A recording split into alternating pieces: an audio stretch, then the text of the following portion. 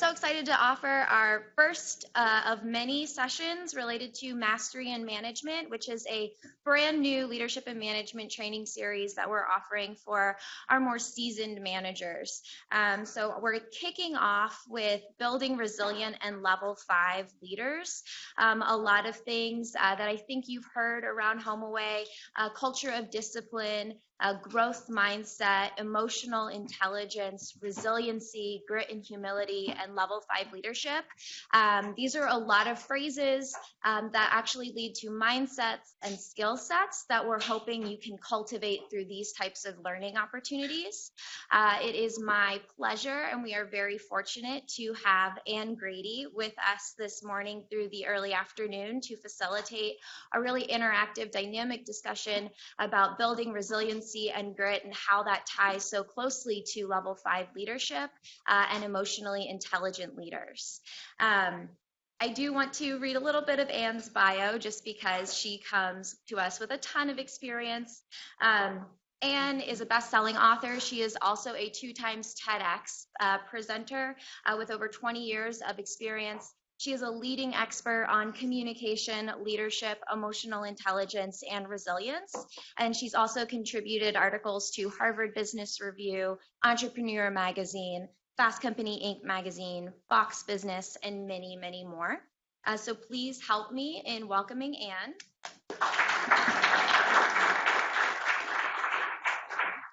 I also want to do a quick shout out to our folks that are joining us from our other offices across the Austin area, but also globally. I checked attendance late last night. We have some folks joining late at night in Singapore and Sydney, very early in the morning from remotely in California and Bellevue. So thank you for spending your time with us late this evening, early tomorrow morning.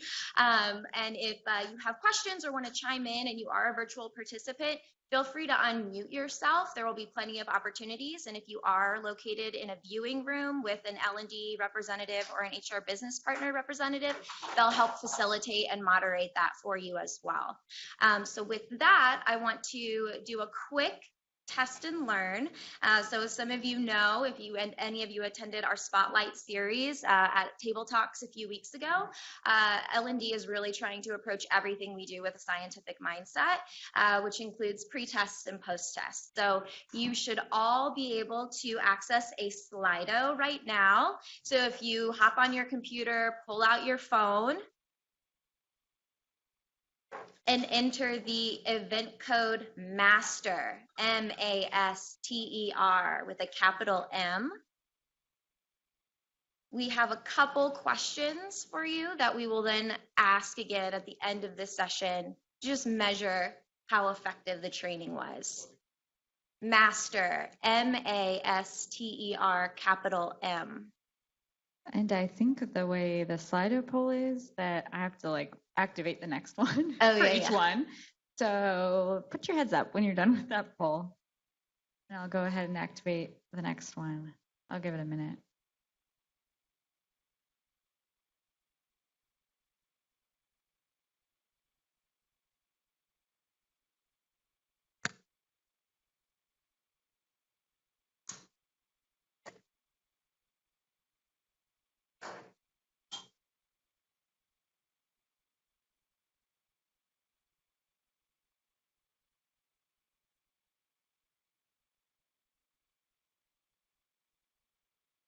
Hey, for you, those of you on the side of the room, we have seats in the front if you want to come in the front and have a table spot and access to microphones and all that good stuff. No pressure. Okay, how are we doing with the poll? Everybody on the phones? London, Madrid, other Austin offices? Everybody in Slido? Yeah, answer the poll. Yeah. Oh, gotcha. Yeah, It's early. Everybody go to It's the early. poll and answer the poll. Actually, maybe I can see how many people have answered. Oh, yeah, we've got lots of votes. They're coming in hot. Cool. All right. I'm hoping we got a lot of people. It seems like we have some good numbers in there. Give it another few seconds. Yeah. But as soon as I activate the next one, that one goes away, it looks like. Still kind of coming in. Just watching this number. All right, so we're going to go ahead and open up the next poll. So everybody stay on Slido. Did a new question come up? Great. So go ahead and answer that question. So everybody on the phones should still be on Slido and see another poll.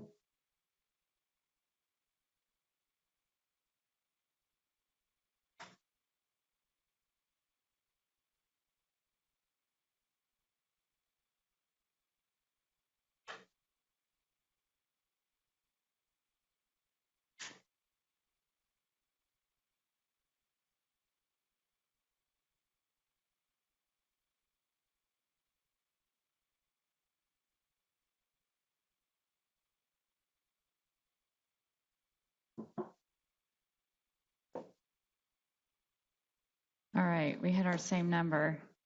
So we have one more, and then I promise we'll get started with the real fun. All right, I'm going to go ahead and activate the last poll. So you should see one more poll in Slido. It's a yes/no question. And then once we wrap up Slido, Erin's going to walk us through a quick, energizing icebreaker to welcome Anne a little bit more in HomeAway style. And then we'll kick it over to Anne. All right. Okay. I can see a lot of you have done the poll. Thank you very much. We're going to do that again at the end, just as a way to see where you're coming in and how do we do in the training with giving you some of our key learnings. Okay. Hi, everybody. I'm Erin. Anne has had a tough week. So she's not going to go into the details of why, but she has had a really tough week. So we're really, really glad she is here today. And we are going to give her a really warm welcome because she needs a lot of love today. So you may have seen us do this before. We've done this at a Table Talks. We did this at a Products Academy event. So everybody stand up, and I'm going to give you some instructions. And we are going to do the snap, stomp, clap, which is like really hard for me to say for some reason. So we're going to do it. I'm going to count you out, and then we're basically going to snap, stomp, and clap. Okay? Everybody got it. So I'm going to count you out, and when I get to So I'm going to go 1, 2, 3, and then we'll start. Okay? 1, 2, 3. Yeah! Good job. Feel good? We could have a new career here, people. Is everybody doing it in the other offices? I hope you are. We sound amazing.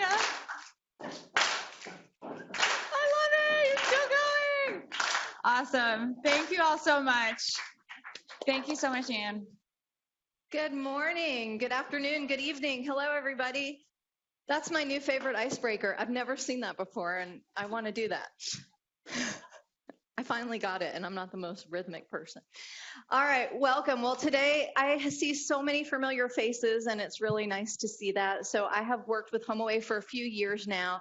I own a small company. I'm based in Round Rock, and I travel around the world, and I speak, and I provide training and professional development. And this is one of my newer sessions, and I really have gotten jazzed about the content, so I hope you find it as interesting and compelling as I did.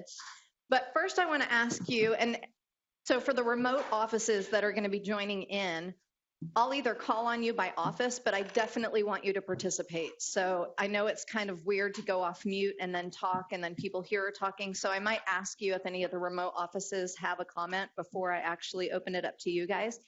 And because they're remote, you'll have to speak into your mic to make sure that they're able to hear you and have a really good experience too. So how many of you have heard of the term VUCA? Anybody? No, it's a new term. Well, the Army War College created this term to describe our new business environment, to describe our new world, the world that we're experiencing with digitization, innovation, technology, new regulatory environments, artificial intelligence. Things are really looking differently than they used to look, and that requires a very different type of leader. How many of you are familiar with level 5 leadership? Okay, so I'm going to ask you on a scale of like 1 to 3. 1 meaning I'm not that familiar with it at all, barely at all. 2, I've got a pretty good gist of it. And 3, I could teach good to great, and Jim Collins and I are best friends. All right, so let's start with number 1. How many of you feel like you're kind of at a 1, not too sure about what it is, but kind of heard about it? All right, offices that are remote, I can't see your hands, but I'm going to go ahead and imagine it's about the same as here. 2, kind of get the gist of it. 3, have dated Jim Collins, have read the book. All right. Today's discussion is really a blend of understanding level 5 as well as what makes a resilient leader. And I know that the term fail faster is curious to some folks. Why would I want to hurry up and fail? I'd rather take my time and get there slowly. In systems design, does anyone know what fail fast means? Anybody in remote offices? We've got London and Madrid and Penfield and all of you. Does anybody out there know what fail fast means in system design? Not everybody at once, but just like 1 or 2 people. All right, we'll try it here at the domain. What does fail fast mean? Push your failures earlier in the process so they don't happen in production, for example. Right, so when Henry Ford shipped the Model T, it was highly imperfect. He strived for progress, not perfection. And in systems design, it means we kind of look for opportunities right off the bat to identify what's not working so that we can quickly make corrections and adjustments. And I find that people are so afraid to fail, especially smart people, that sometimes we lose the ability to really get as innovative and creative as we can. So today's discussion is not like hurry up and fail because you're a bad person. It's hurry up and experiment with what works and what doesn't, because what works for one leader might not work for the other. When we talk about level 5, well, I'll explain it, but first I wanted to do an experiment. And if you've taken one of my sessions before, chances are you've done this, so play along. In the offices where you cannot see me, then just follow the directions. So I want you to get a partner and decide who will be partner A and who will be partner B. Go. Oh, they can see me. All right. Hi. I'll be your partner. What's your name? Annika. Okay, I'm Ann. Do you want to be A or B? Okay. All right. So come on back. So I can already tell your personality and insight style, because type A personalities are the ones who say, I'll be A.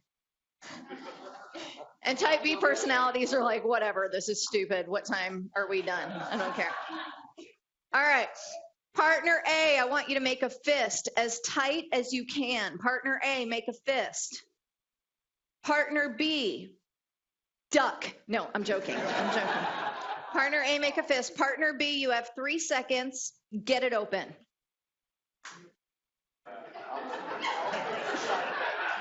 Okay.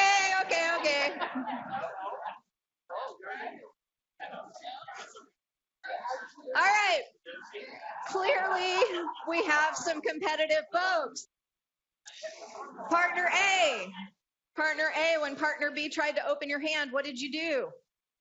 Clench tighter, and when you clench tighter, partner B, what did you do? Pulled harder. Now, I know I have some like psychology majors, and you're like, please open your hand, and your partner was going, how does that make you feel? But for the most part, when partner B tries to open partner A's hand, you resist. And what I find interesting is that I never told partner A not to let partner B open your hand. Why did you resist? Because I said to hold it, so it's my fault. It's because when people try to get us to do something we don't want to do, we react. I think about how many of you have gotten a phone call when you looked at the caller ID and just went, don't point if they're in your office. We react to people, situations, challenges, problems. And the problem with that is that anytime we are reacting, we are relinquishing control. It's subconscious, but we're letting external forces dictate our response. Now, you can't get out of reactionary mode altogether, especially when you're a customer-facing organization. However, As a leader, the more time you spend being proactive and strategic and deliberate about the way you communicate, the way you motivate, the way you lead, the way you manage and navigate change, all of that will help set you up for success. Now, the bad news is it takes longer, it requires more energy, and it's hard. The good news is that you will either spend that time on the front end trying to develop and build the relationships, or you will spend that time on the back end trying to repair them. And what most leaders don't understand is that leadership has nothing to do with title.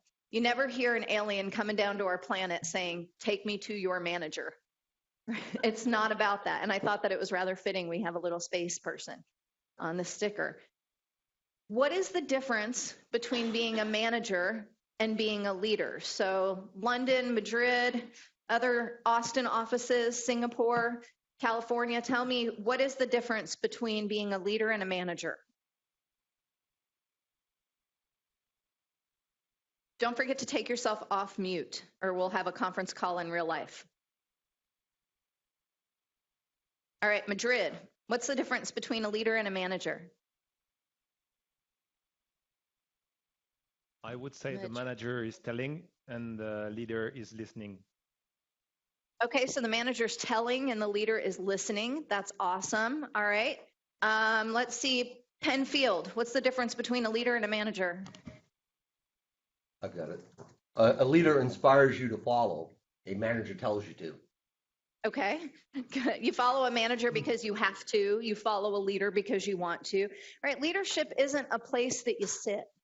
It's a choice that you make. And most leadership happens not at the very top of the organization. It happens in the middle of the organization at the supervisor, mid-level manager, director, individual contributor level. That's where the real magic happens. It's the ability to get somebody to want to follow you. Because the question I would always encourage you to ask yourself every morning is, would I want to follow me? You know, most of us know a lot of this stuff. It's not like I'm going to be shooting out rocket science. I'm not performing brain surgery. It's common sense most of the time, but common sense isn't always common practice. How many of you know you should eat well, exercise, and get enough sleep? How many of you feel like you do all of those flawlessly? Maybe one or two, right? That it's a difference between knowing and doing. So first, I want to give you a little bit of my story, and Aaron told you I was having a tough week, and I'll give you that story, and then we'll jump into content. So this is my son, Evan. Evan is 15 years old, and if you've taken my sessions before, you've heard me talk about Evan. When Evan was born, I knew something wasn't right. He cried 20 hours a day. By 11 months, I had him enrolled in early childhood intervention therapy. By 18 months, I became a single mom because he cried all the time. By 3, he tried to kill me with a pair of scissors. By 4, he was on his first antipsychotic. At 7, I got remarried, and he was hospitalized in Dallas, the pediatric psych unit at Children's Medical Center, and I lived at the Ronald McDonald House for 2 months. At 10, he was hospitalized once again for 2 months. This time it was in 2014, and I had to go, or 2013, 14, and I had to fly out to give a keynote right after he was admitted. And so I'm at the Austin Bergstrom Airport, and my flight's delayed by 3 hours, and I had a raging headache. And you all know the very expensive chair massage places at the airport that normally you would just never go to because it's like $100 a minute. But I was in so much pain, I really didn't care. So I put my head in the cradle and I started to cry. And it wasn't adorable little, it was snot bubbles. Like, it was not pretty. I was a wreck. And the massage therapist was like, "Oh my gosh, are you okay?" And I explained about my son, and she said, and I live in Round Rock, and she said, "Well, I have a son who has special needs. He goes to Round Rock. He lives in Round Rock.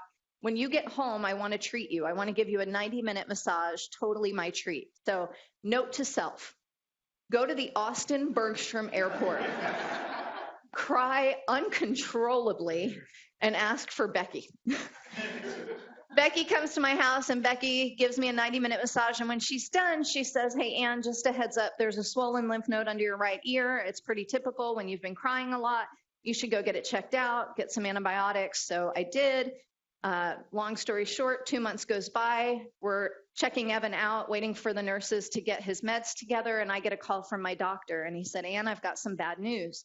It's not a lymph node. It's a tumor in your salivary gland, and it's traveling towards your brain, and we need to get it out now.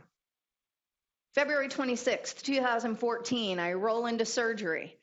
They said it would be 2 hours. I'd be back in no time. I was scheduled to go to Bangalore with one of my clients to speak, and I was really excited about that. My first book was scheduled to come out, and so I was really pumped up, and they said, you'll be back to yourself in a month. No big deal.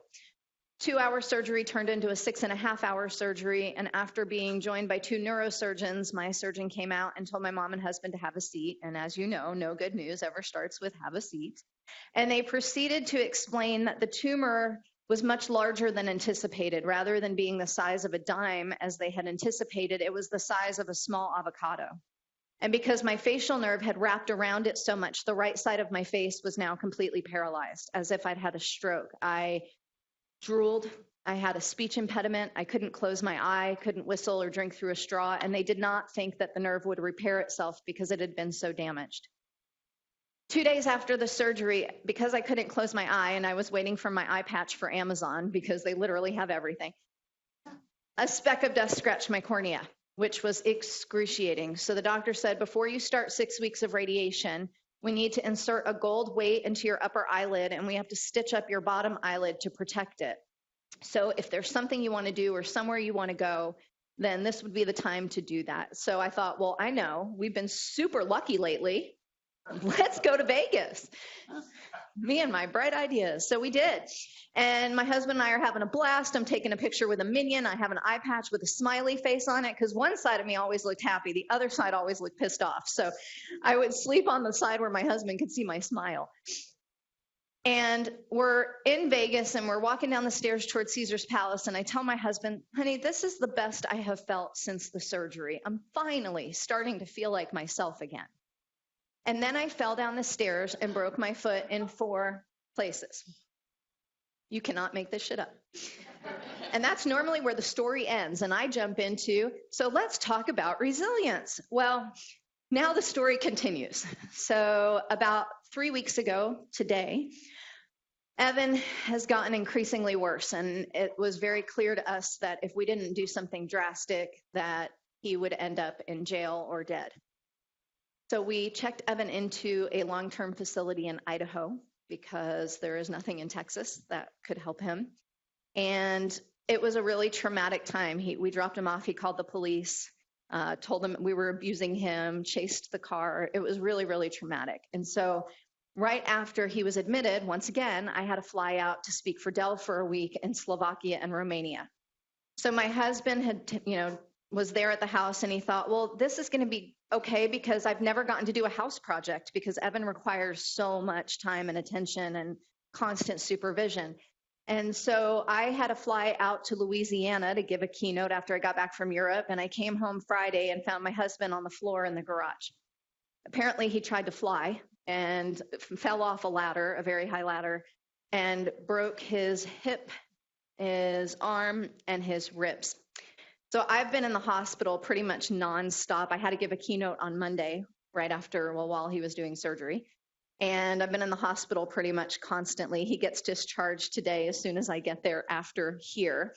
But that is kind of my story. And I was in Louisiana and this hadn't even happened yet. And some woman was like, I don't want to be in the same room with you. Lightning is going to strike. And I didn't know if that was thank you because I didn't know how to take that. But it has been a really, really challenging week. And so it's interesting that I teach resilience. And so on this keynote on Monday, I was speaking to 650 people at the downtown JW Marriott. And a woman came up to me and she said, honey, my husband is a Baptist minister. And he says, you only teach what you need to learn. And I said, can he teach me how to go to Hawaii and have a wonderful, wonderful vacation because I can teach that to other people. And apparently I got stuck with this lesson. So I want you to know as I share my story and I share this stuff, there is no easy, perfect way to do this, right? Nobody has this all figured out. Every single one of us in here is anxious, neurotic, insecure, and nervous. I'm just the only one who articulates that out loud because I lack what you call a filter. So I'm sure that everybody is doing the best they can to try to figure out how do I get people to want to follow me, not because they have to, but because they believe in what I'm trying to do. How do I get people to focus on the mission and the vision rather than their ego? How do I help people really focus on their own personal and professional development rather than trying to change other people? How many of you have ever tried to change somebody? Okay, let me rephrase. How many of you are married? Okay. We have a hard enough time changing our own behavior, let alone think we have the ability and the power to change the behavior of others. And what we want to do is figure out, how do I focus on what I have direct control over? How can I shift my skills, my behaviors, my attitude? Because anytime you have people issues, it's one of three reasons. It's either a skill, they don't know how to do it. It's an activity or a behavior. They might know how, but they don't do it consistently. Or it's an attitude. They don't want to do it. Now, the good news is you can train skill. You can coach behavior, but can you fix attitude? Not unless the person themselves wants to fix it. You can't make somebody who doesn't want to be on a team player. And we want to figure out, how do you identify that? How do you take your rock star players and help them excel even further? How do you get the right people on the bus? That's the good to great, right? It's not just about getting the right people on the bus. It's making sure they're in the right positions and the right seats. And it's important to do that before you ever drive anywhere. Most of us are like, okay, we need people so you can breathe, chew gum, and walk at the same time. We need to fill this position. I'll get the right person on the bus later. But as you know, then you spend 60, 90, 120 days trying to coach and fix and develop, and then you spend the next 6 years trying to get them on somebody else's team. And it's exhausting. So what do we do? Well, the first thing is to really understand what level 5 leadership is. So before I show you that, I want you to take a minute and have a discussion. So if you're remote, I want you to have the discussion in your room. Here, I want you to break up and find a couple of people, 3, 4 people. I know the analyticals or the blues in here are going, well, how many people makes a group? And who do I join with? And do I have to sit in a certain space? And the reds are like, this is stupid. Why do we have to do group work? This is just a waste of time. And the yellows are like, yay, I get to make friends. And the greens are going, just don't call on me and everything will be cool. So I want you to get into a group and I want you to just brainstorm, what do you know about level 5 leadership? What do you know about what happens at each of the different levels? And if you don't, that's okay. What do you think a level 5 leader would be? Okay, I'm going to give you about 3 minutes. So quick, go. All right, so someone in the domain office, tell me, what is your understanding of level 5 leadership? What is a level 5 leader? Yes, ma'am.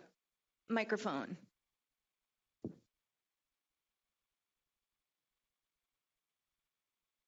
The big thing I took away from the reading, the pre-work reading, was humility. And so kind of being humble when being a leader, and not being too aggressive, and being able to make forward progress in the face of adversity. Okay. And we typically think of leaders as larger than life, these really dominant personalities. And you're saying it's more about being humble, more about humility. Who else? What about, yes? Along that vein, level 5 leaders attribute their success to either their luck or the people that support them, and then look to blame. They look inwardly and say, okay, the buck stops here. All right, so they look outwardly to give credit and they look inward to take blame and responsibility. Very good. All right, Research Park, what did you guys come up with? What is a level 5 leader?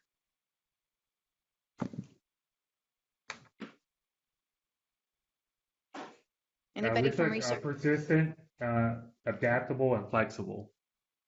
They're adaptable and flexible. Okay, good. Now tell me let's look at basically Jim's breakdown, okay? So Collins looked at 1,435 companies. So he wanted to find out, as they go through incredible transitions, what makes some companies great versus average. And he narrowed it down to 11 companies and found that these leaders that were able to take this company through a major transition shared common characteristics. And he built this level 5 leader, I guess, paradigm. So the first is, you've got a really good individual contributor. You've got someone who's solid. Next, you've got someone who contributes but works toward the good of the team. As you get higher, you get a competent manager. But as you know, management training doesn't always equal leadership training. A lot of people get promoted because of their tenure or their subject matter expertise, or because they were a director or a leader somewhere else and they came in at that level, but it doesn't necessarily translate into growing into effective leadership. Once you've got an effective leader, really your goal is to transition up to level 5, which is where we're going to spend some of our time. Now, do you have to go through every single level to get to level 5? You say no? No? Right, you can be a level 5 leader, but you don't have to go through every single stage. You just have to have the skill set and the habits and the behaviors that would lead you to be a level 5. So you don't have to get hired here and go up every single stage of the pyramid. It really boils down to, do I have the skills, the behaviors, and the mindset, the attitude necessary to not only guide people toward a shared vision, but to remove myself from that and make it all about them, and make it about HomeAway, and make it about what you're trying to accomplish, not about them personally. A lot of people, and here's what I find in organizations across the globe, in order to make more money, you usually have to get promoted. And in order to continue to get promoted, at some point you become a people manager. Now, do you think everybody should be a people manager? No, and that doesn't make you a bad person. Some people are better project managers. You know, the average thought process is, I want to be a leader, so I have to develop people. But that's not the case. It's really about understanding which skills align with you, where you have competencies and areas to develop. Now, a lot of times you've heard of this book, StrengthsFinder, Now Discover Your Strengths. When they talk about your innate talents, there is a difference between an innate talent and a competency. So if you are in one of the, Madrid offices, does anybody know the difference between a talent and a competency, or anybody in any office, really?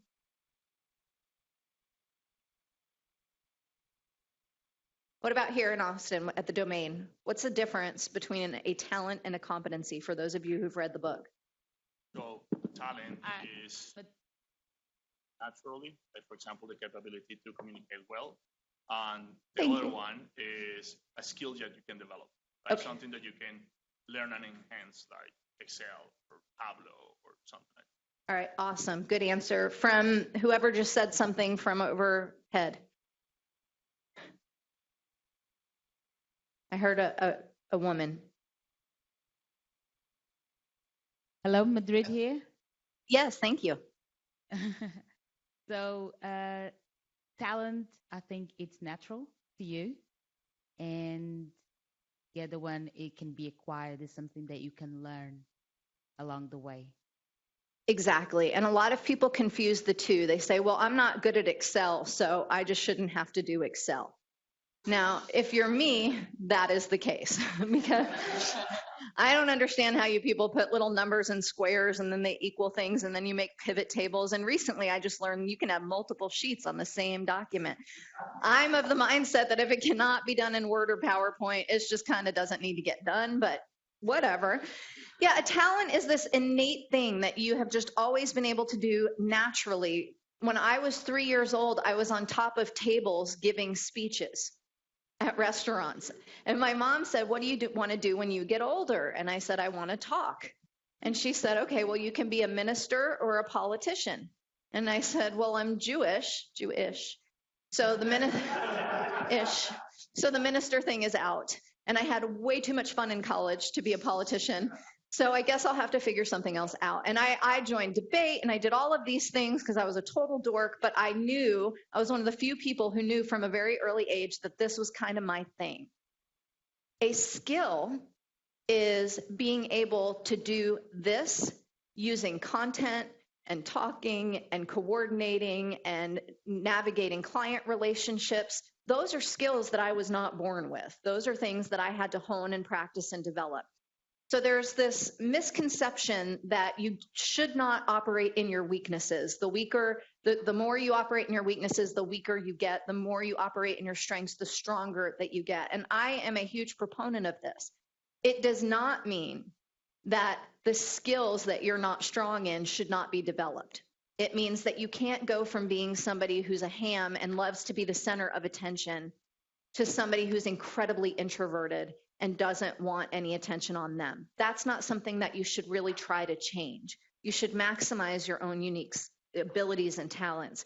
But if I don't know how to use Excel and that's required for my job, then that's something I should develop. Level 5 leadership is a set and collection of skills, habits, and behaviors. That's all it is. People can learn how to become level 5 leaders. Now, you need someone at every rung. You can't have everybody walking around perfect, but you can develop these skills in yourself so that you can then coach and develop and help other people. What is a resilient leader? So we have, I think, Australia and Singapore on the line. I know it's either very early or very late. Some of you have a cocktail. Tell me the difference between what is a resilient leader? Why, a resilient leader would be someone who, well, fails fast and will fail again and will try again and probably fail again and eventually succeed. Yes, exactly. That's a great answer. And a resilient leader, think about failure, right? Oprah Winfrey, she was fired because she was told she was too emotionally invested in the story.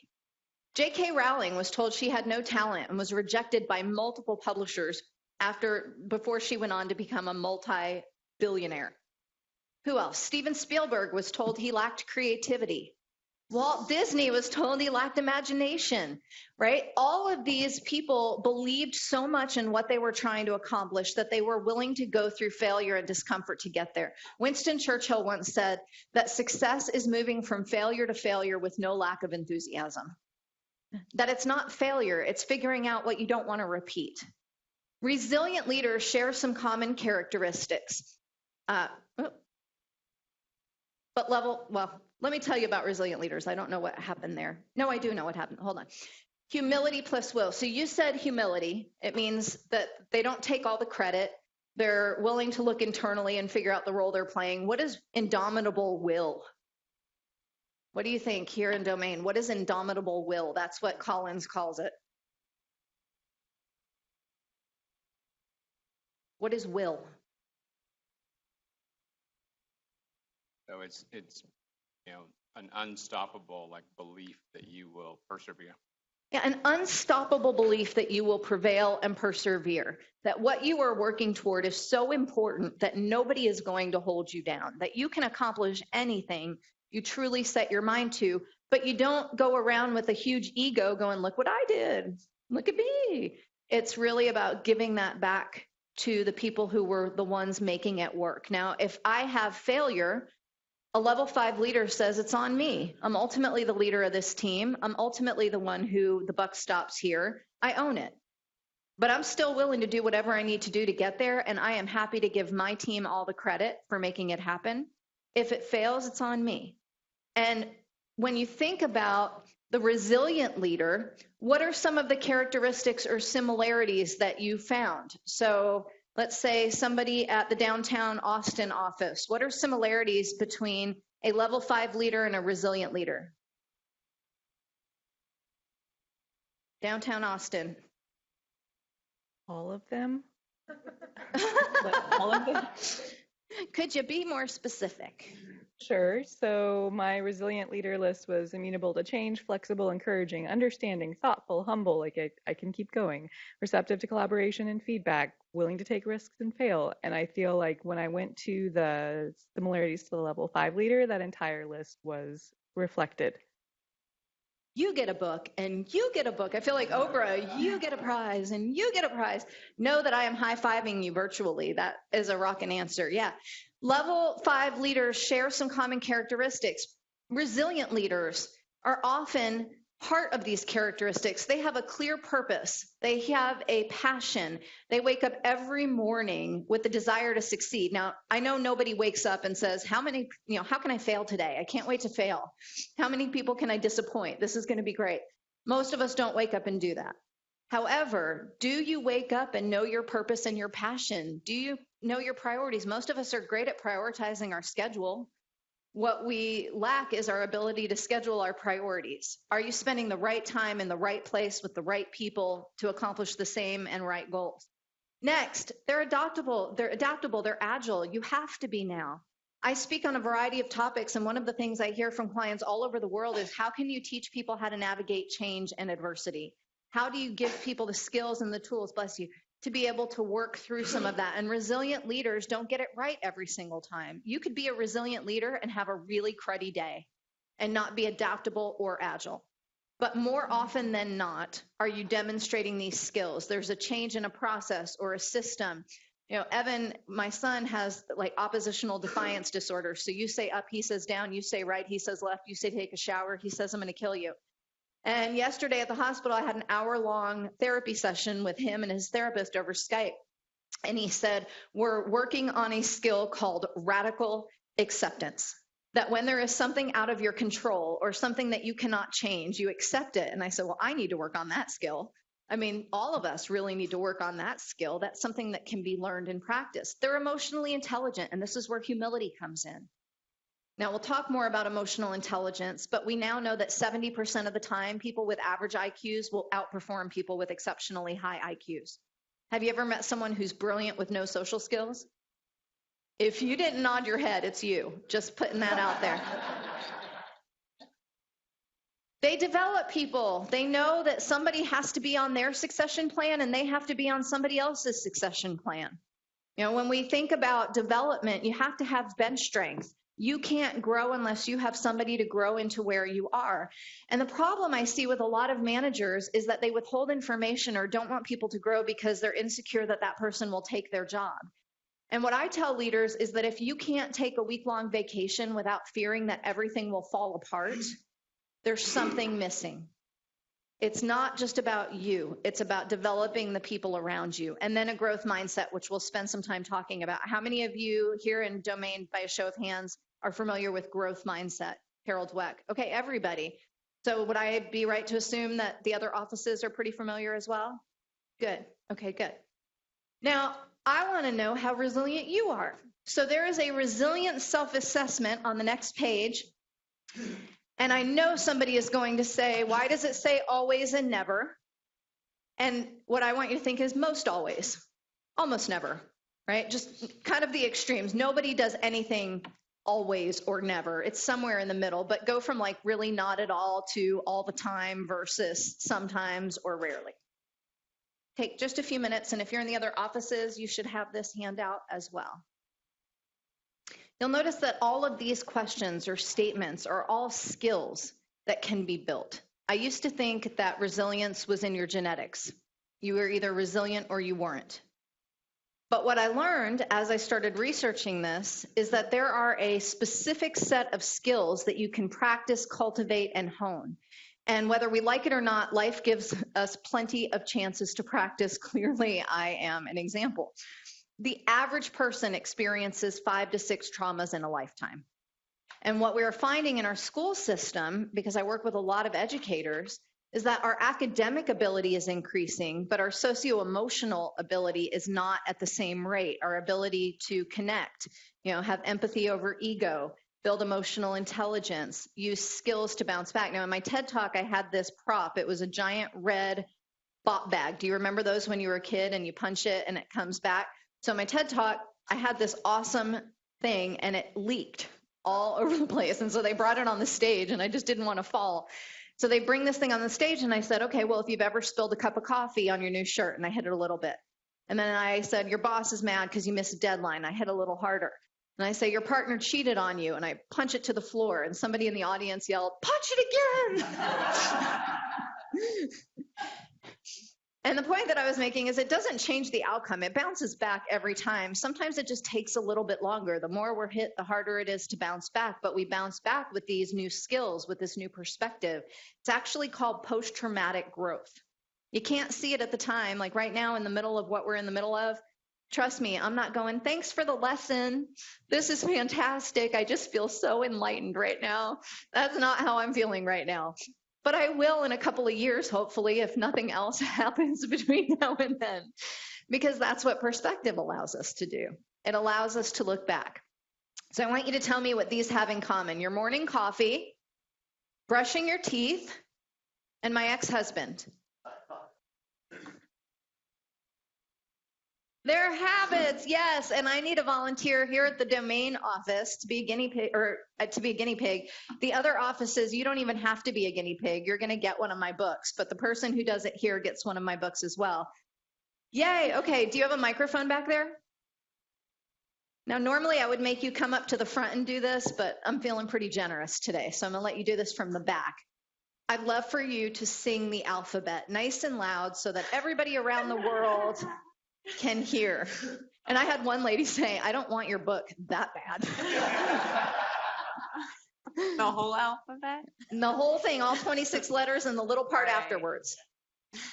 A, B, C, D, E, F, G, H, I, J, K, L, M, N, O, P, Q, R, S, T, U, V, X, Y, Z. Oh no, now I know my ABCs. That's all I got. Yeah. All right. Well, you do get a book. You do get a book, although we got to work on your W skills. Got to work on your W skills. All right. Now I'm going to let you off the hook for the second part, but we're all going to do it together. And we're going to sing the alphabet at that pace, pitch, volume, speed, and we're going to skip every other letter. Ready? A.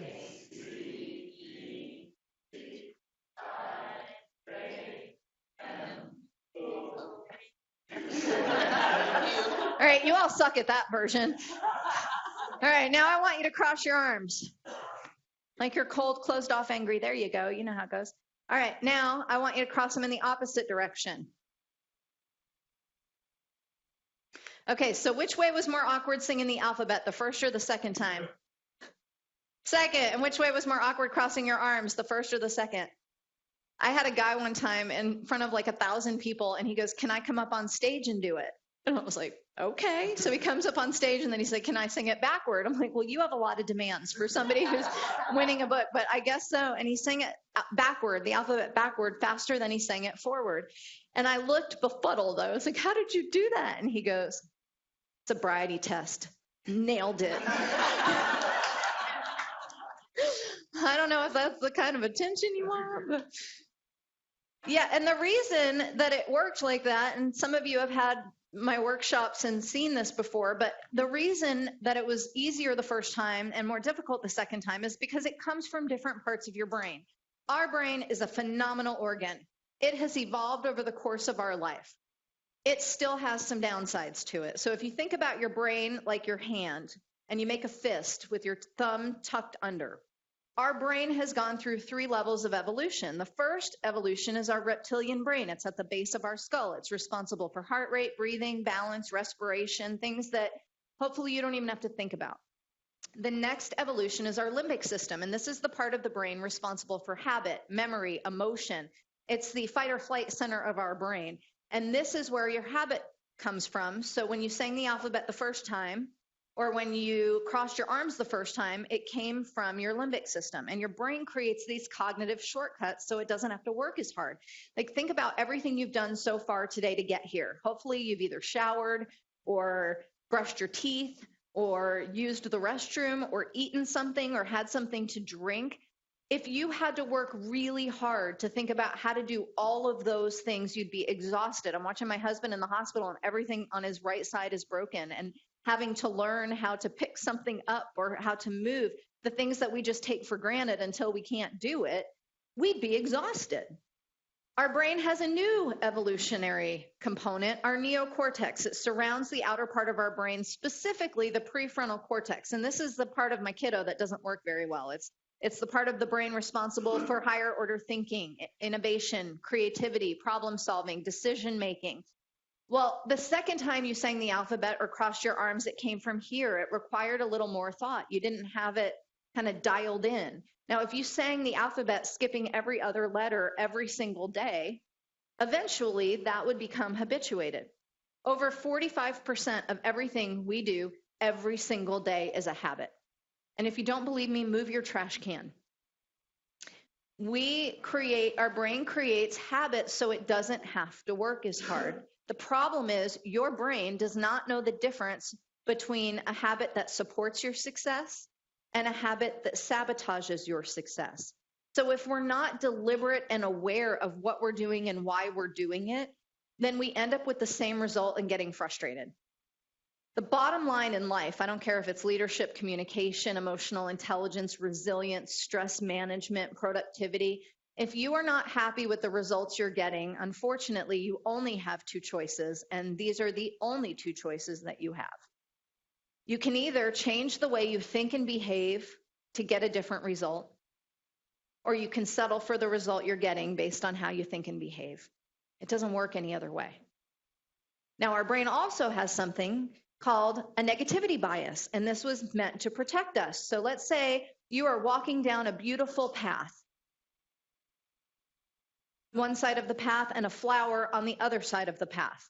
What does your brain pay attention to first? The snake, and it's built in as a protection mechanism. So when that happens, your brain is flooded with cortisol, adrenaline, noradrenaline, norepinephrine. It's like if you've ever been in a near car accident and you feel your body tighten up and shake and your stomach tightens and your neck tightens. That's your body's way of saying, here's what I'm going to do for you. I'm going to drain 20% of the blood and oxygen from your brain into your limbs so you can either run away, freeze, or fight back. Because our brain has been built to protect us, our negativity bias basically says that positive is like Teflon and negative is like Velcro. So I want you to think about your most recent performance evaluation. You get told you're doing 9 things exceptionally well and you have 1 opportunity for improvement. What do most of us dwell on? The opportunity for improvement. And that is a very natural thing that our brain has done to grow and protect us, but you have to offset Mother Nature. You have to be willing to be aware that that's happening and be able to make choices about how you react and how you respond. When we feel threatened, what happens is that we flip our lid. Our amygdala are flooded with all of these cortisol and adrenaline and stress hormones, and we are physically and physiologically and neurologically incapable of thinking clearly. You cannot be logical and emotional at the exact same time, and your emotional brain works 80,000 times faster than your logical brain, meaning it is physiologically impossible to have a logical thought without an emotional reaction first. But most of us try to persuade and convince people with logic. Let me tell you why it makes sense. And when you're kind of on the defensive, then you don't care why it makes sense. You care that you have this gut emotional reaction. And level 5 and resilient leaders understand that and own it and take control of that. And they know how to give their limbic system and their prefrontal cortex time to think. And that is what builds resilience. It's increasing that muscle so that you're able to control going from here to here pretty quickly. Now, a couple of things that you can do very quickly to get out of one and into the other. Breathe. I know that sounds silly, but 3 deep breaths reset your entire nervous system. You can talk to yourself in third person, which I know sounds silly, but when you say, I can do this, it is operating out of an emotional center. When you say, and you got this, it is operating out of your prefrontal cortex. So talk to yourself as if you were in third person. Another thing you can do is count backwards from 10. 10, 9, 8, 7, 6, 5, 4, 3, 2, 1. And because you don't do that enough consistently to where it's a habit and it forces you to get out of there and go to your prefrontal cortex. But resilient leaders and level 5 leaders know that they have to be in control of what's happening here because there are things that are helping us and things that are hurting us. And because we are such creatures of habit, we end up getting stuck. Now, when we are threatened, I don't care if it's a saber-toothed tiger or a snarky email from your boss. Our brain has the same response. Have you ever been reading an email and realized that you stopped breathing? Ariana Huffington calls that email apnea. It's a real thing. It's a real thing. And even though your brain is really evolved, it doesn't know the difference between the near car accident and being told you're going to be let go, or being told that you did something wrong and feeling embarrassed in front of your coworkers or colleagues. Your brain does not know the difference. When you are afraid, your emotional brain takes over and your logical brain shuts down. Fear squashes creativity, and fear of failure is the #1 reason for doing so. We fear failure because we don't want to look stupid, or we don't want to look like we don't know what we're talking about. Or if there's somebody else who didn't fail, maybe they'll get the promotion and I won't. Fear of failure shuts down the part of your brain responsible for helping you grow through level 1, 2, 3, 4, 5. And how do we end up there? Yes, ma'am. Do you have a question? All right. So before I go on, though, that's good. We all got to do that. I want to open it up for questions really quickly because I know I've thrown a lot out at you. So questions. Yes, sir. I don't know that I necessarily have a question. I read this book recently called Just Listen by a guy named Mark Goulston, and he talks about developing the habit of going from oh crap to oh well, and that process mirrors kind of exactly what you're saying. So like there's that initial, he calls it amygdala hijacking, where you have that thing happen and your amygdala kind of takes over, and that's the oh crap, where you're just kind of like, oh my God, what's going on? I don't know what's going on. And you're kind of talking to yourself. And then you go through this process of, so it's, oh crap, oh geez, oh God, okay, and then, oh well. Those aren't the words I say. Me neither. Those are not the words I say. But it was interesting because on that conversation with the therapist yesterday, he said they've done brain imaging scans. And when you say things like, I have to do this, or I should have done that, it creates anxiety in your brain. Whereas if you say, I choose to, or I will, it reduces cortisol. So something as simple as the way you talk to yourself. And most of us say stuff like, I can't believe I said that. I can't believe I did that. I can't believe I ate that. You know, what is so wrong with me? Why? And we end up shutting down our brains. So level 5 leaders and resilient leaders are aware that this stuff is happening. And it means that you're taking time to proactively figure out what are the habits that I just take for granted that are helping me. Because I want to do more of those deliberately. And what are the habits that are hurting me? When I get frustrated with people, I roll my eyes. I don't even know I'm doing it. It happens automatically. My mother can hear it on the phone.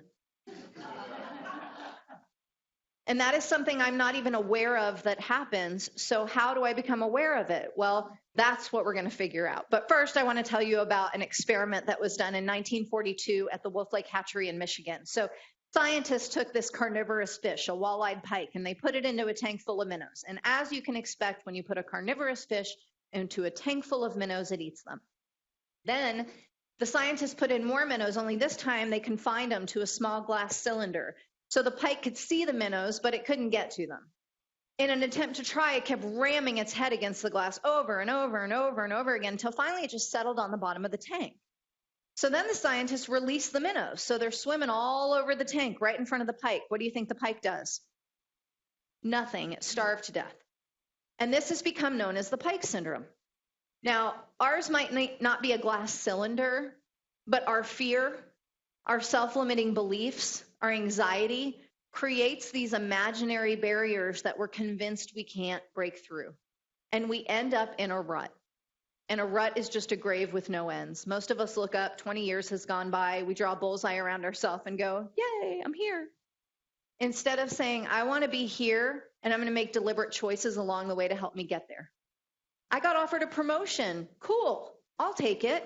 But then sometimes Peter principle comes out. We promote people to their level of incompetence. Or I need you to take on this extra project. Well, I don't have time, but I'm going to do it because I don't want to be seen as not a team player. And we end up getting stuck in these paradigms that we're convinced we can't break through. So how do you break through them? Well, you eat lobster. How many of you like lobster? So for me, it's nothing more than a butter delivery mechanism. That's really why I use it. So what I learned while I was researching for my TED Talk is that lobsters, when they grow, their shell does not grow with them. Did you know that? Their shell doesn't grow, so it becomes really constricting and really tight. And so in order to grow, the lobster actually has to shed its shell, hide under a few rocks, wait. It's vulnerable, it's uncomfortable, but it has to wait for its new shell to grow. And it does this its whole life, sometimes 20 or 30 times. So what does this tell us about life? Well, one, if you like lobsters, go for the big ones because those little suckers are brave. But more importantly, discomfort is a catalyst for growth. Think about the times when you have grown in your life. Was it because everything was perfect and peachy or because the stuff hit the fan? Most of the time, we don't want to be uncomfortable. There's an old story, and I can never tell this in Texas because there's always one of these names in my class, but I don't think we have that today. So there's two old men on a porch, Earl and Bubba. Do we have any Earls or Bubbas in the room? I always have one. I don't think anyone in Madrid is named Earl or Bubba, or maybe, but you have a cool accent, so it sounds like, oh, Bubba. So Earl and Bubba are sitting on a porch, and they're swinging back and forth on their little rocking chair, and they're talking about the good old days, and in between them sits this huge hound dog. And every once in a while, this hound dog lets out a huge wail. And Earl turns to Bubba and he says, Bubba, what is wrong with your dog? And Bubba says, well, Earl, he's sitting on a nail. And Earl says, well, Bubba, why don't he move? And Bubba says, well, Earl, I guess it don't hurt bad enough. I don't care if it's your personal life or your professional life, we're all sitting on a nail of some sort. And until the pain becomes so great that we're willing to be uncomfortable to get off of it, or where we want to go is so compelling that we're willing to be uncomfortable in order to get there, we stay where we are and gripe and complain about it. And I'm here to ask you, what is your nail? What is it that's going to compel you? Because change happens one of two ways. We're either inspired or we're desperate. And what do you think most of us wait for? We wait till we're desperate.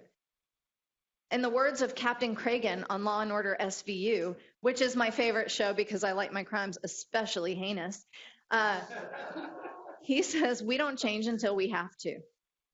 Now, there are times when we make changes because we're inspired, but think about New Year's resolutions. It's the end of December. I'm going to stop eating horrible food. I'm going to get more sleep. I'm going to be a better friend. I'm going to go to the gym. By January 10th, you have a beer in one hand, a cheeseburger in the other. You went to the gym. It hurt. I'm not doing that again. And we go right back to what we were doing before. You have to be willing to get comfortable being uncomfortable. And that's what builds resilient leaders. That's what builds level 5 leaders, knowing you don't have all the answers, knowing that you're going to make a mistake, knowing that you're going to fail and that it's okay as long as you view it as a lesson. I recently got to speak with Michelle Obama and Maria Shriver.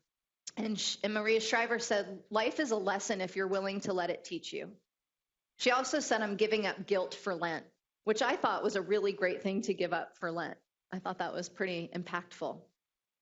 Now, ladies, as leaders, Michelle Obama quoted a study saying when men want to go for a promotion, they feel they need about 60% of the skills in order to go for it. Women, in order to go for a promotion, feel like we need 100% of the skills. And Michelle Obama said, you think Barack was leading the White House? No. I was the puppet master. So as we grow into level 5 leadership, it looks different for different people, different cultural competencies, different places. I was working with a team here in the States, and they had a partner team in Taipei. And the team in the States said, here's what we want to do. We want to run with this. We want to go with this. And the team in Taipei said, okay. So the team in the States goes for it. They build out this entire infrastructure. They create a new product. They develop it. They get it up and running. And the team in Taipei said, wait a minute, we did not sign off on that. And the team in the States said, well, you said okay. Now, what does okay mean in Taipei? I'll think about it. I don't want to have conflict right off the bat, so give me some time to think about it. Our cultural awareness, our ability to understand the differences in gender and background and sexual orientation and everything that goes with this really creates this new complexity that we have never had before. And in order to navigate it and get better as a result of it, we have to fail. So why not speed up that process? And here's what I want to know. And other offices, I want you to have this conversation. What is the most valuable lesson you have learned from one of your failures? Now, what's interesting is when I asked groups to do this, right now I'm watching all of you. I watch your body language. And most of you look pretty darn confident. Some of you even bordering on cocky. You're just kind of sitting back going, bring it. When I ask you to share a failure, inevitably what happens is people sink. They get closed off. They lean their head on the table. They start getting insecure. So I want you to be aware of your body language as you start to share a failure. And this requires you to be vulnerable. Brene Brown said you can have courage or you can have comfort, but you cannot have both. So right now is your chance to choose. What happens in this room and around the world stays in this room and around the world. It's like Vegas. I want you to share a failure. Not like I went to HEB and they didn't have my kind of pretzels, or I went to the gas station and I pumped diesel instead of petrol. I want you to talk about a significant failure that you have had in life, love, work, anywhere in between, right? This is not just related to career failure. We've got plenty of personal failures as well, okay?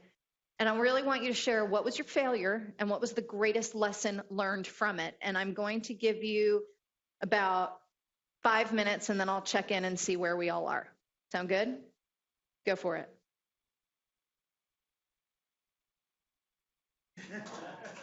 This is where you guys break up into groups and then you use your vocal cords and you have conversations. It's awesome. I know, like everybody in the class is texting me at once, so I can see them and they're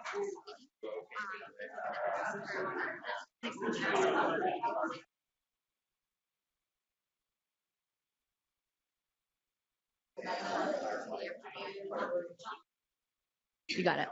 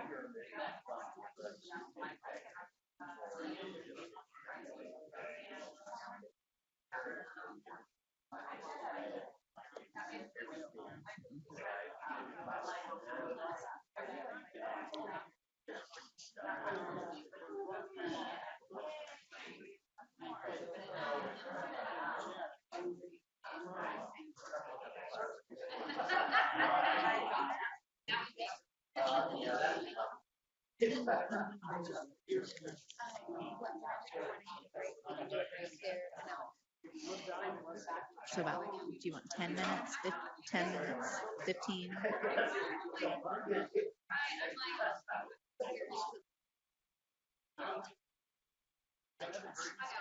Okay. I play it by ear.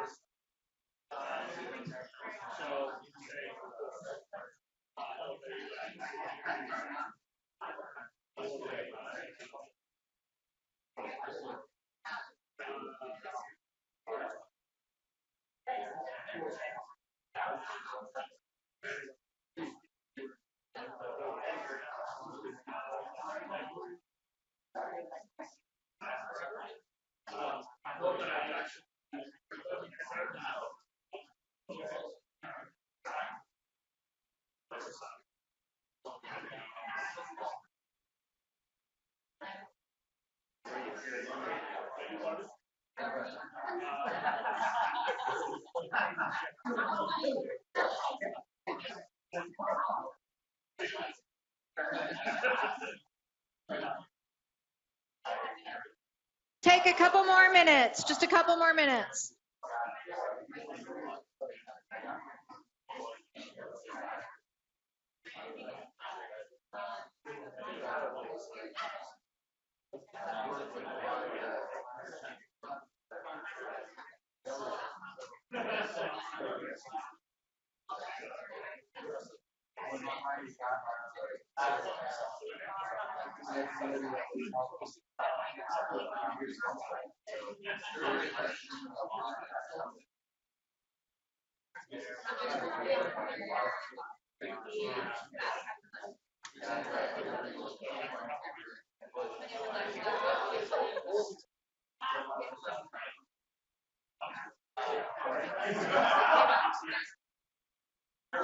One more minute. One more minute.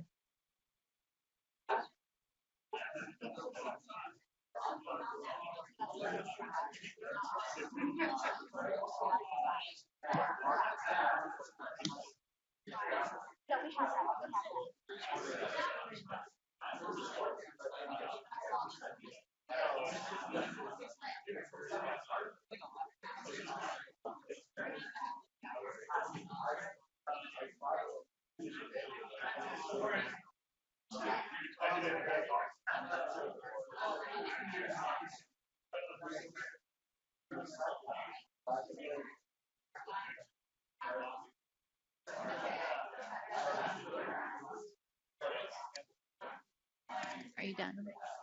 Are you done? Are you guys done? All right, does anybody need more time? Okay, come on back. Come on back. London, London, London, London. The good news is that you can see us. The great news is that we cannot see you. So when I ask you to share this, it'll be okay. Shh. I didn't think people were going to want to discuss failure. You guys are like, I rock failure. I make failure. Okay, London, is somebody willing to share their failure and what you learned from it? London.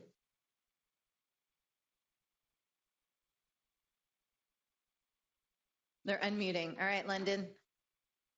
Share a failure and the lessons that you have learned from it. It's a button. You just like push it. Guys, it's Madrid here. It seems that London are trying to talk. But Can you speak a little louder? It seems London is trying to talk, but we don't hear them. Yeah, they're trying. They're working on it. Oh, okay. Okay. Well, Madrid, do you want to share a failure? Anyone here? You were voluntold.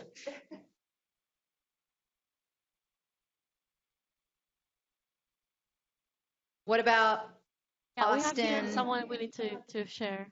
Okay. Perfect. Well, we did it by a group of 3 persons. So we've been sharing experiences. And after talking for 5-10 minutes, we finally, how can I say that? Our failing were more on our failure, it was more on the personal life than professional life. And I don't know what the conclusion could be. that maybe in professional life is not that a big deal. If you do something wrong, you always have the opportunity of trying to do differently, or if it doesn't work at all, well, there is thousands of companies outside, so it's fine. You will find another experience. But in personal life, you always try to do the thing 100% good, which is giving you more pressure. That was funny that we were sharing personal experiences more than professional ones. Okay. Thank you for sharing very much. London, are you guys on now? Hi, can you hear us now? Absolutely. Cool. So my most valuable lesson from a failure was a job interview for a job that I really wanted, and I'd got through to perhaps the last stages of it, and I think I had failed to prepare as well as I needed to satisfy what they wanted at that last stage. And it's been a lesson that I've always kind of remembered since then, and perhaps even gone to the stage of over preparing in future ones. Now, just out of curiosity, looking back on that, did it end up teaching you, did it end up being a good thing because you were it was able to open you up for something else? Yeah, sure. It was actually a TripAdvisor, so it's definitely better being here than there. What do you say?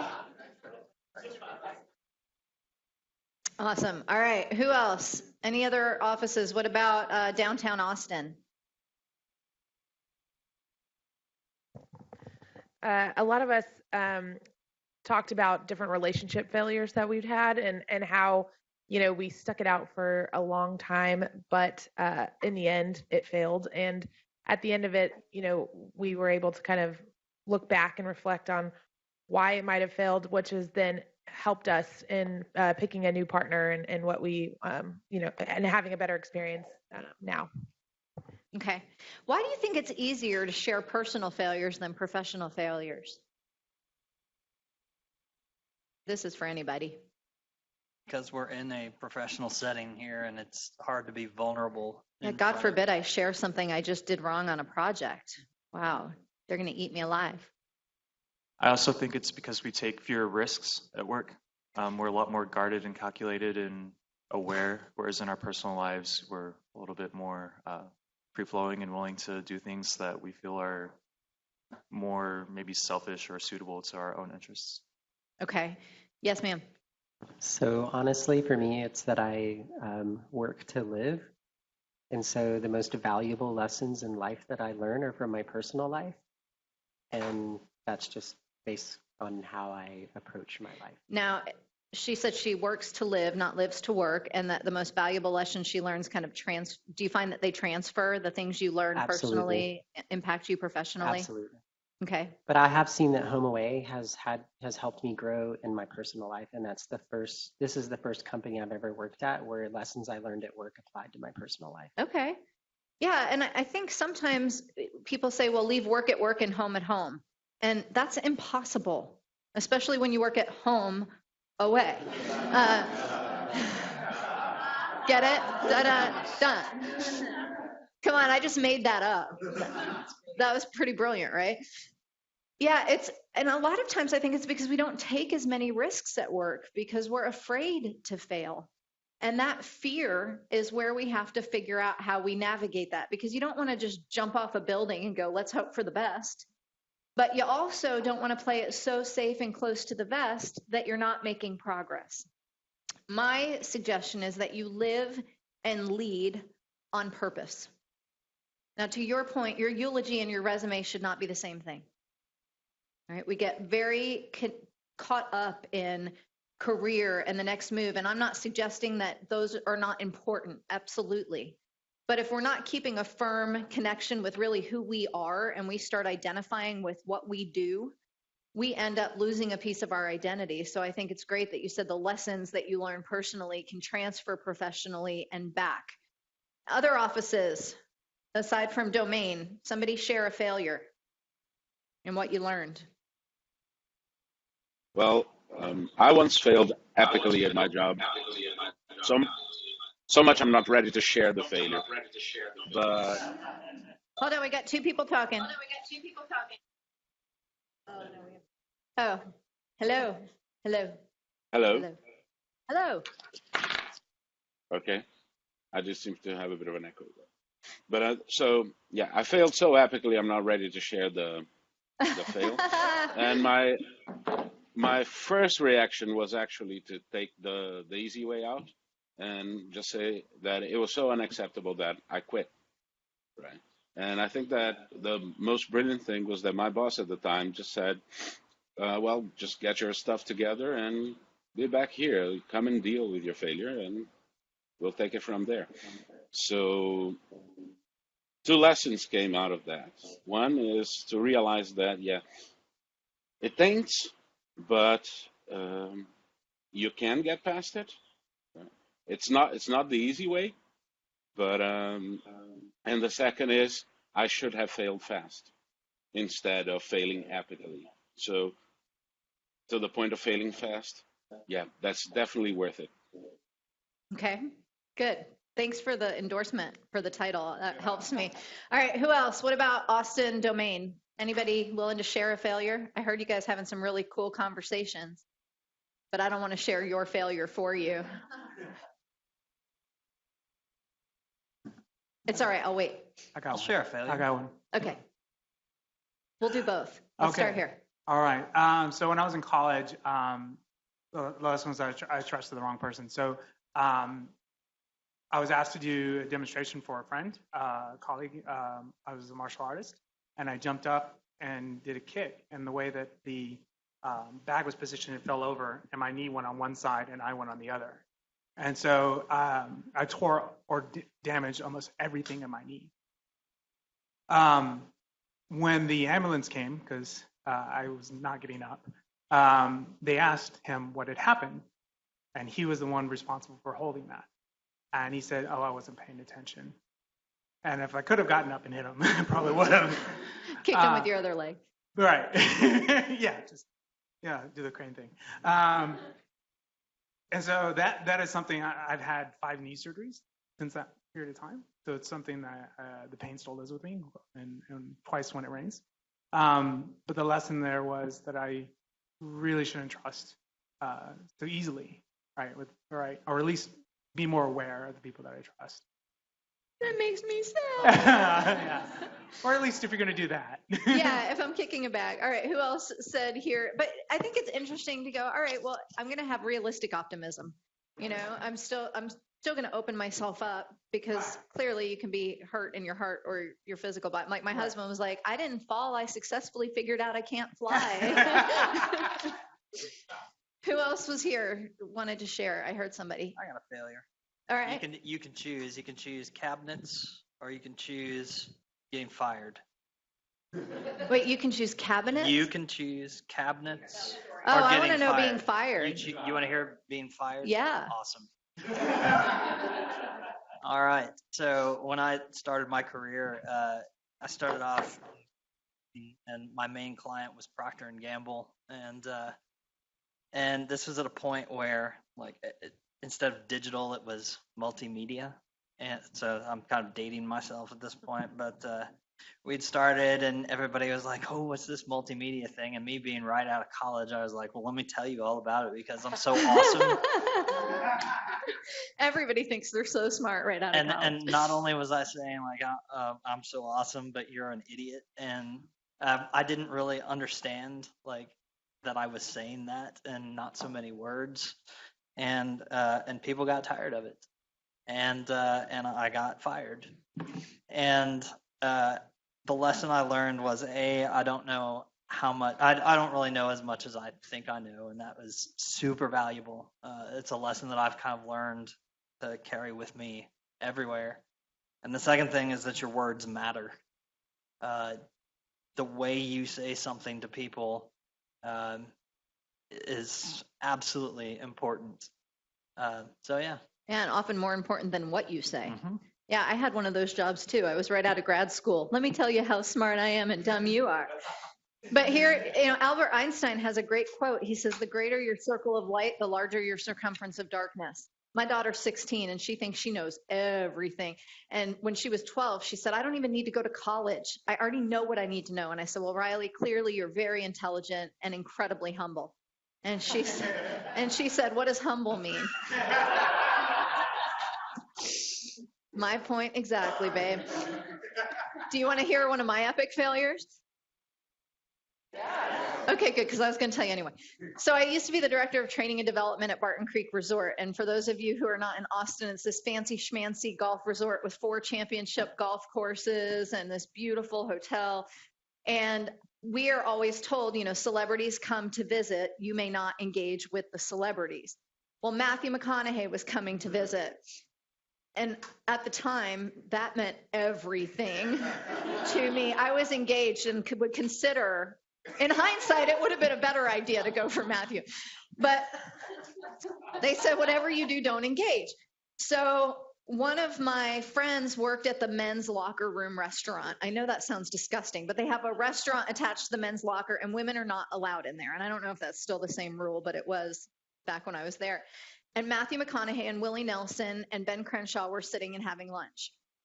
And my friend who worked back there said, Anne, don't tell anybody, but I want you to come in to the locker room restaurant and meet everybody. And I sit down and I'm such a dork. Matthew McConaughey is like, how are you? And I'm like, I'm good, I'm engaged, but we're having a party. Do you want to come?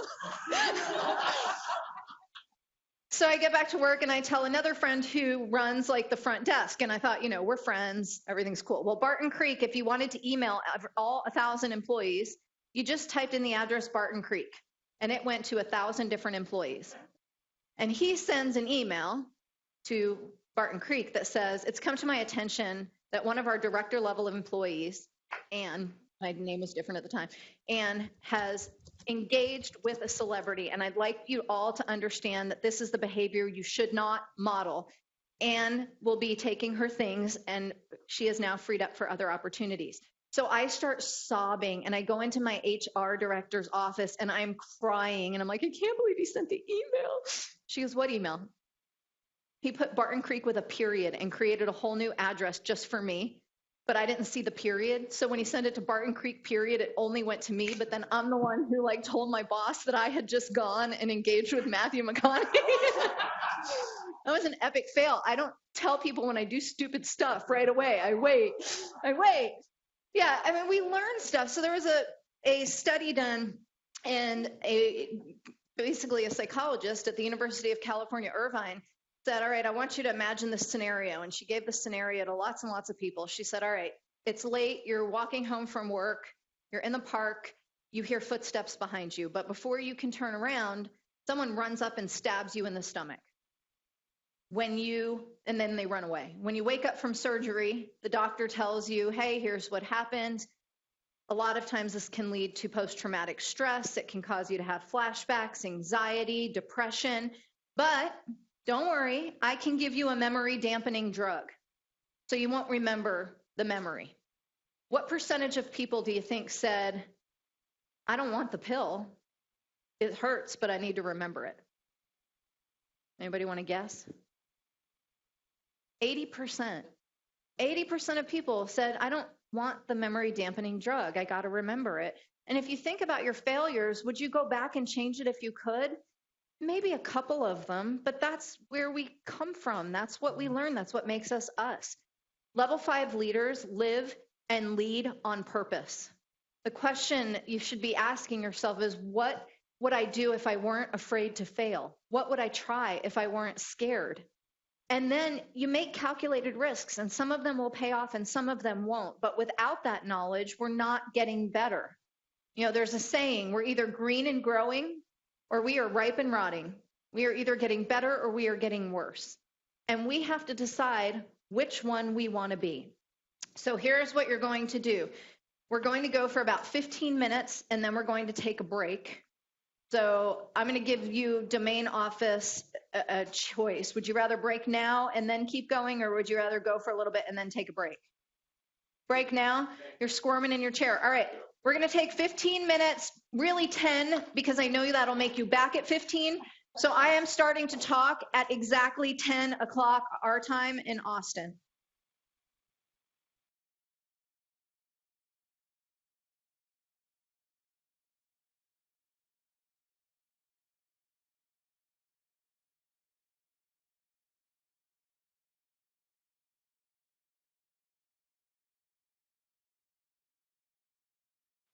All right, offices around the globe and around Austin. I was given the information that participation is a HomeAway value.